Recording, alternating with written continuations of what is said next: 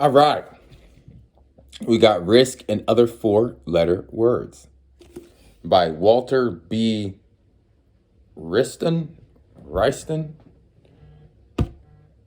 Not important.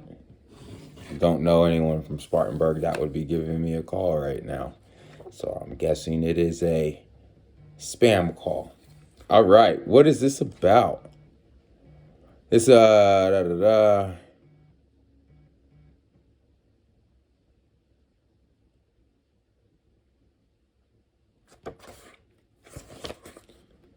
We got the individual and the society, the business, government connection, and well, observations from the global attic. When was this book written? So we got 1986 is the number that I see. I don't see any other numbers on here, so we'll go with 1986. So I was 2. So anyone younger than me, this book is quite young or quite old. I wonder what out of this book even applies, if any of it applies to today. Let's try. Let's see what they were talking about with the great whale oil syndrome, right? Since oil has been in a bear market for 10 years, right? It's coming back. But let's see what they were talking about back in 86. This is so what? In 86, they had been out of the oil crisis for maybe 8-9 years. I wasn't alive during the oil crisis, so don't quote me. Let's go 142. And probably a majority of you guys weren't either. The Great Whale Oil Syndrome. Few Americans even remember that from the time of from the American Revolution until the Civil War, a major source of artificial lighting was whale oil lamp. That's true. That's a long time if you think about it. From the Revolution War to the Civil War, that's 1770. That's 100 years. No one needed a congressional commission to predict that the supply of whale oil could not forever keep pace with the demand of a growing nation. The tragedy of our Civil War disrupted oil production, and the price shot up to $2.55 a gallon, almost double what it was in 1859. Wow, that's crazy. I mean, just to think about this is absolutely crazy. I'm gonna need to read this because my whole theory on oil, right? I have a master theory on oil, what's going on, and some of it's talking about it right here. Naturally, there were cries of profiteering demand for Congress to do something about it. The government, however, made no move to ration whale oil to freeze its price or to put a new tax on the excess profits of the whalers who were benefiting from the increased prices.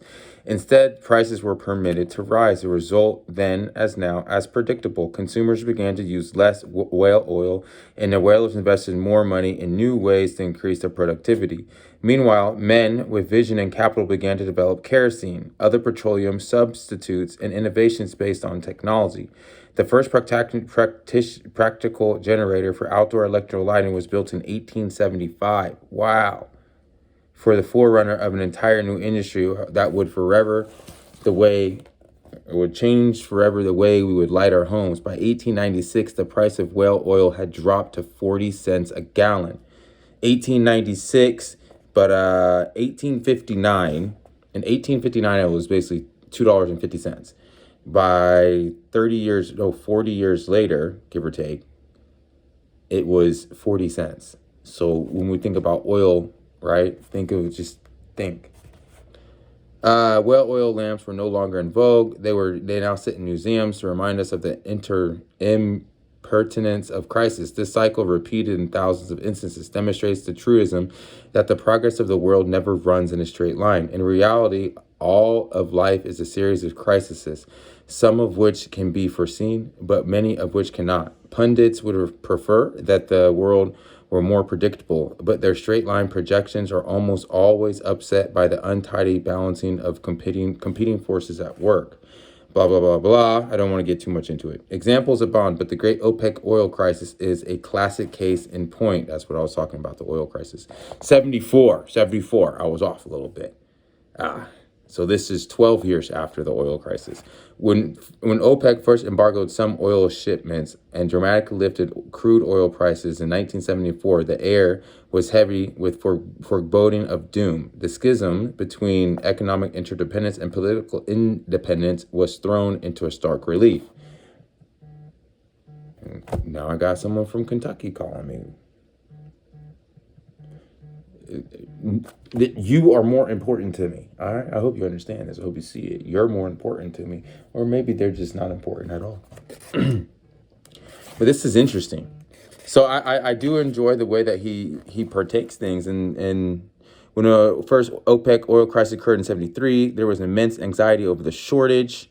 So, let's 1930, the world, we're told, was in a ruin.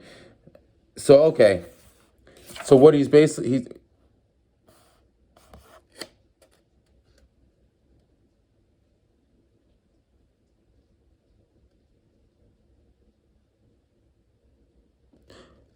I mean, this is really, it's technical, but it's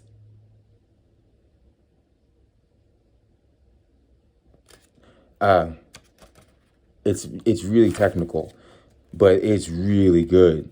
Like if you're into the oil crisis in the oil market. So to me, this is amazing, but to you, maybe not, right? But there's a lot more that's going on in this book, and it's fascinating. Let's read this little side panel, right? Called Banking's Recognized Visionary Leader by the New York Times and one of the most admired businessmen of our time by the Wall Street Journal. Walter Wriston, who's the author, created the world's leading international banking institute and revolutionized the global banking environment as well in his 17 years of chief executive officer of Citicorp. Now he has written his first book, a volume of beauty crafted essays which examine the impulses, events, and interests that have shaped a first-class mind. Okay, that's not bad at all. So this guy, right? I've never heard of him, right? He would have never, if it didn't look like a cheesy car salesman on front of it, I probably would have never picked it up. Just the simple fact that I knew he was trying to sell me something, right? I thought it was more of a sales book. I had no idea that this was the 17 years the CEO of Citicorp. You know, this literally just made this book that much more interesting. And now that I know it's by somebody that has some sense, and what he was discussing with the oil, it makes sense why it's very technical as well, and why I was like, oh yeah, this is amazing, but there's so many details, right? I'm glad I picked this up. I'm actually pretty excited about this. This is great. All right.